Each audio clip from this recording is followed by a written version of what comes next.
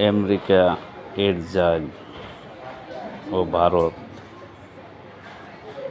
America ইসরায়েলের যে যে জায়গায় শাখা আছে, সকল শাখায় আজ আমরা প্রতিজ্ঞা নিচ্ছি ধ্বংস করে দেব। অর্থাৎ এই শাখাগুলো দিয়ে পৃথিবীকে ধ্বংস করে দিচ্ছে আমেরিকা, ইসরায়েল। তাই আজ আমরা প্রতিজ্ঞা করছি আর হতে দেওয়া যাবে না।